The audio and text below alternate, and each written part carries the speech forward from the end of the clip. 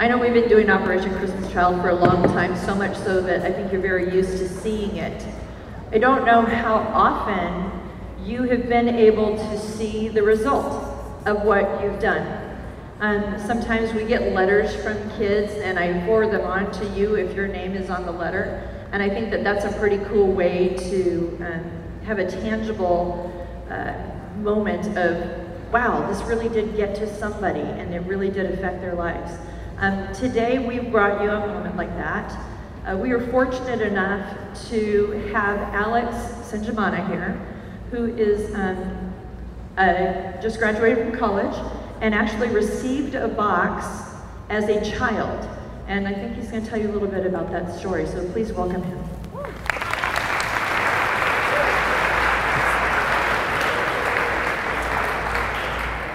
Good morning, guys. Good morning. It sounds like you guys are still asleep or something. Good morning. All right, that's all right, good to hear. All right. Well, I just want to start by telling you a little bit of history of Rwanda and where I was when I received this shoebox that changed my life. How many of you have heard about the genocide that took place in Rwanda in 1994? Yeah, many of you. I've heard about of you who have seen the movie Hotel Rwanda. Yeah, so the movie and kind of gives an idea of what happened in the country. The people of Rwanda were divided in 3 tribes way back in the 1800s. And those tribes were the Hutus, the Tutsis, and the Twa. And the Hutus and the Tutsis, the colonies created tensions between those 2 tribes to the point where in 1990, many Tutsis were being tortured by the Hutus. The way they would figure out what tribe you were, they would literally measure the length of your nose to figure out what tribe you were. And they said if you're very tall and you're very slim, that means you are a Tutsi. And if you're very short and very muscular, that means you're a Hutu. So things they made up. These tensions continued to grow to the point where in 1994, when the president of Rwanda was assassinated, and up to date they don't know who did that, the Hutus started killing all the Tutsis. And my family was among the people, the Tutsi family, when that morning of April 7th, 1994, when we heard that the president had been killed that night, my grandmother started to wonder what would happen to my family. So we went and hid for many hours in our coffee plantation, and in the afternoon we came back and militias came and attacked us, and they took my grandmother's life. And after they did that, they took all the food we had and left us with nothing. In this house where we lived, we had 2 uncles who lived with us, with me and my brother and my sister. And one of the uncles was also known to be Tutsi. So they came, 100 men came to our house and searched for him, and they could not find him. 3 days later, 3 men with guns came to our house and they said he was under the bed to let him get out. And they asked for his identity card. On each and every ID, it said what tribe you were. So many of you probably have driver's license, and some of you are still going towards getting your license. Each and every ID would say what tribe you were. And of course, during this war, if it said you were a Tutsi, of course there was no question. So my uncle was a Tutsi, and they also took his life. And now I'm left, me and my brother and my sister were left with no one to take care of us. Our other uncle would bribe the same militias, and when he had no money left, he told us to run. We went to the capital city where our aunt lived, and life there was really tough. We had to leave the city, and we had to run from place to place until we got to a place where God protected me in a way that is very humorous that I would like to share with you. I never get tired of sharing this. I didn't have a relationship with God at this time, so the little faith that I had died with my grandmother. But during this time we were running, mind you, I was 6 years old, going on 7 at this time, and I'm running and I cannot find I cannot find a way to react enough because I was young, and I could hear a noise coming from my head, and I wondered what it was. And I'm running, and I slipped and fell to the ground. In that process of falling, I happened to go down just enough, and I heard something buzz by my hair, and that was a bullet that just barely missed my head because I had slipped and fell to the ground. I looked on the ground and had slipped in a cow pie. Yeah, a cow pie. So that's why God used to save my life, right? So guys, if God can use a cow pie, what else can he use? He can use anything. So don't ever underestimate the power of God. And so after that incident, we ended up giving up from running. And these people who came to stop the genocide took us to a camp, and we lived there for about 2 weeks. After those 2 weeks in the camp, we were able to go back to the city, and we saw that our house, God had protected our house. And my aunt and her husband got sick and wondered what would happen of us, of me and my brother and my sister.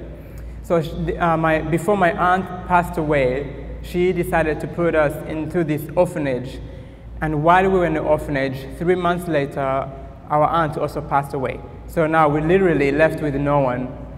And there was about 250 kids living in this orphanage, and all of us had lost our loved ones.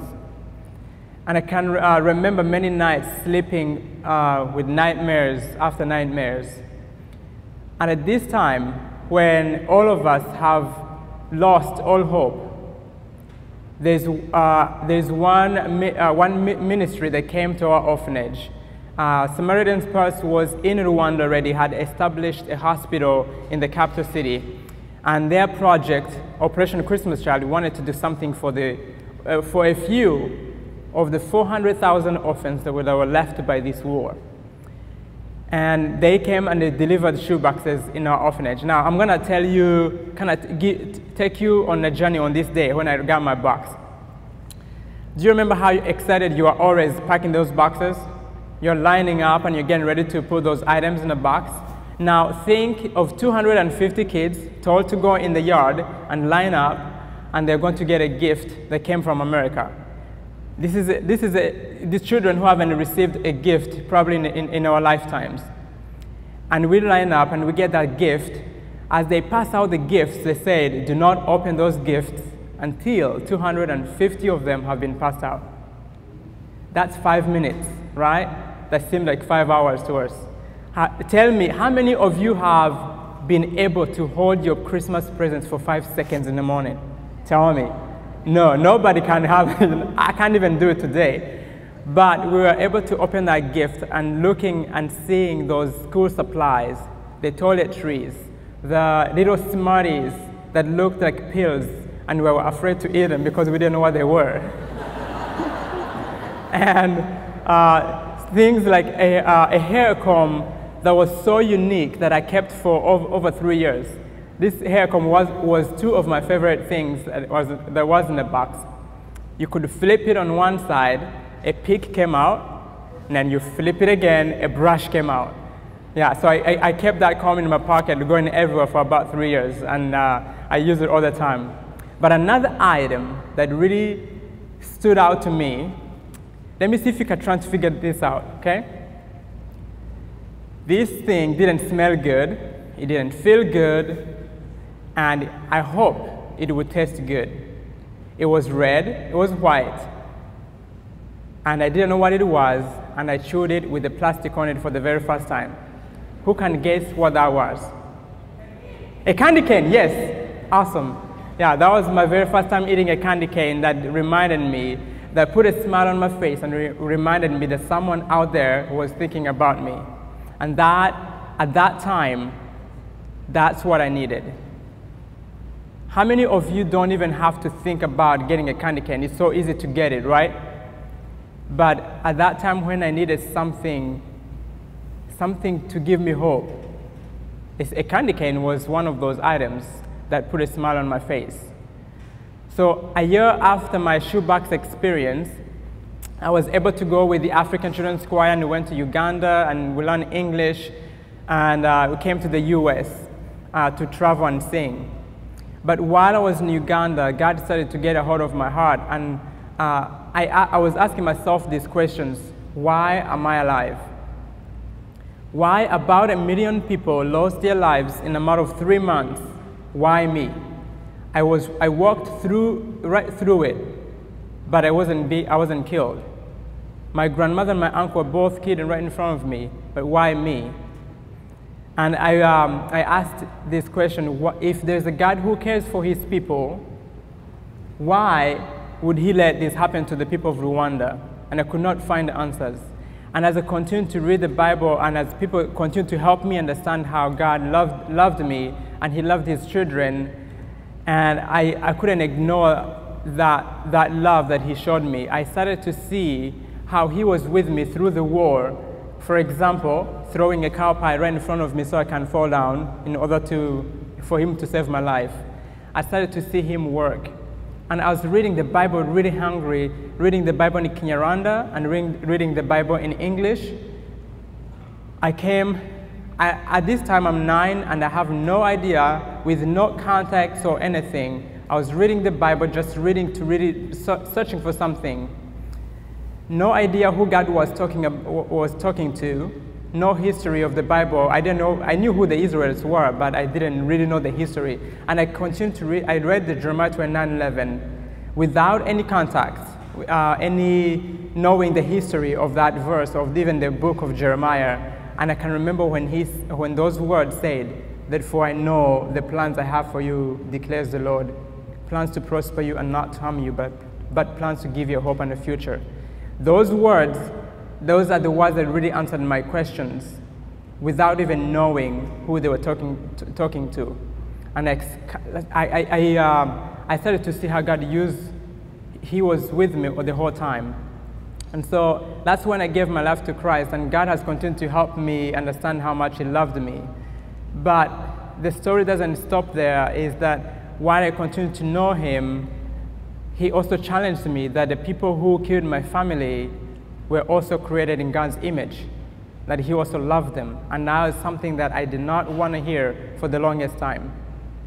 And as people helped me understand that he loved me, and I was reading the Bible and he would say he created all of us in his image, I started to ask questions now. So God, do you want to tell me that the 2 guys who killed my grandmother and my uncle were also created in your own image? And you love them just as much as you love me? I could not find an answer to that.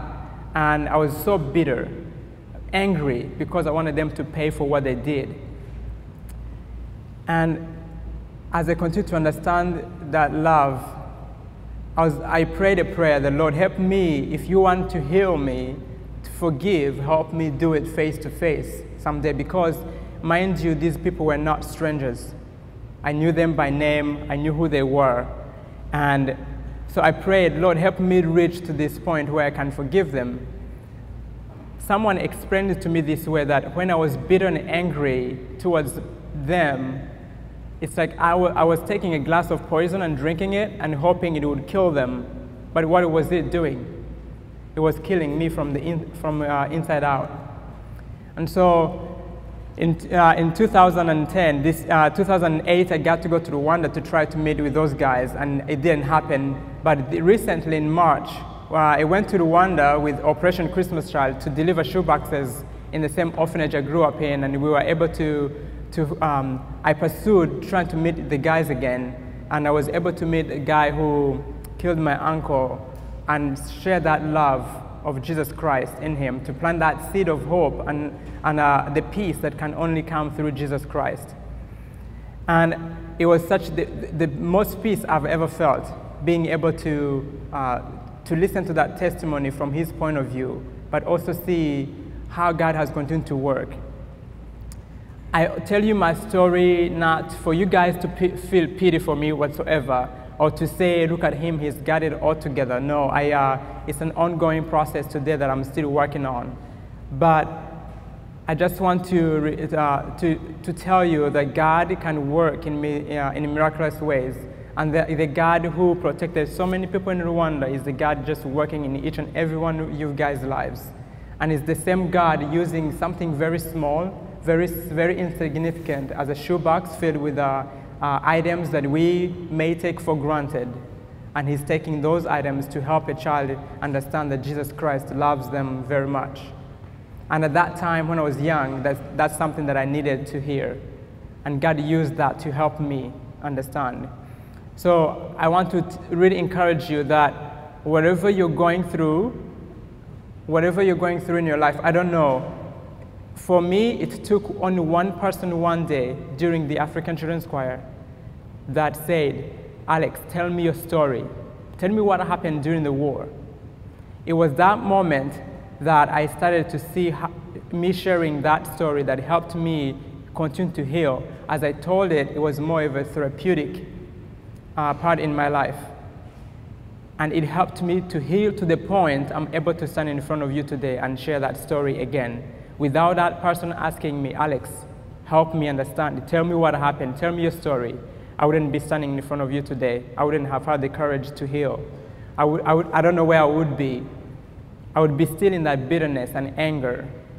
I would be still taking that glass of poison thinking it would kill the people who killed my family. So in your own life, whatever is going on, know that Jesus Christ can forgive any sins. Now, I always want to challenge people and to ask you guys to think right now.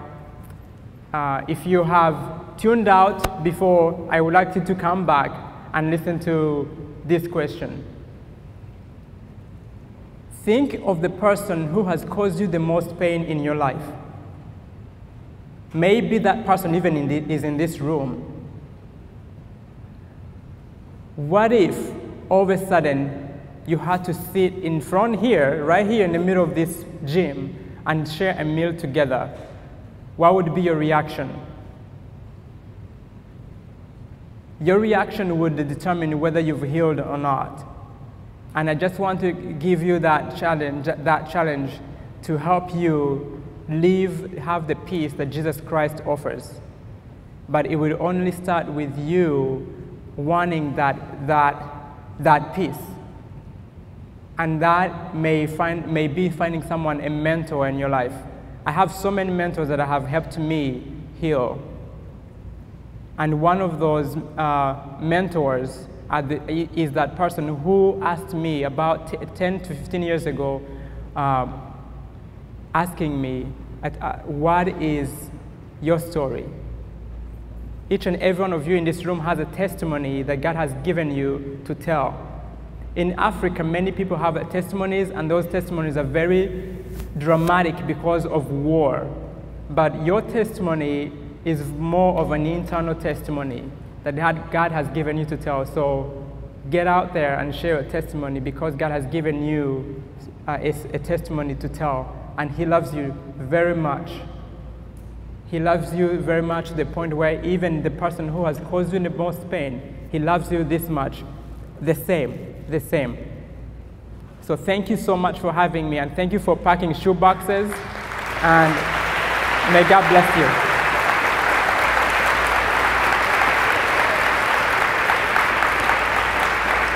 Tell the seniors they're dismissed. Just say seniors dismissed. They'll be so happy. All right, seniors, you're dismissed. Have a good day. Everybody waits all year to be able to do that, so I figured I'd let you do that. Awesome.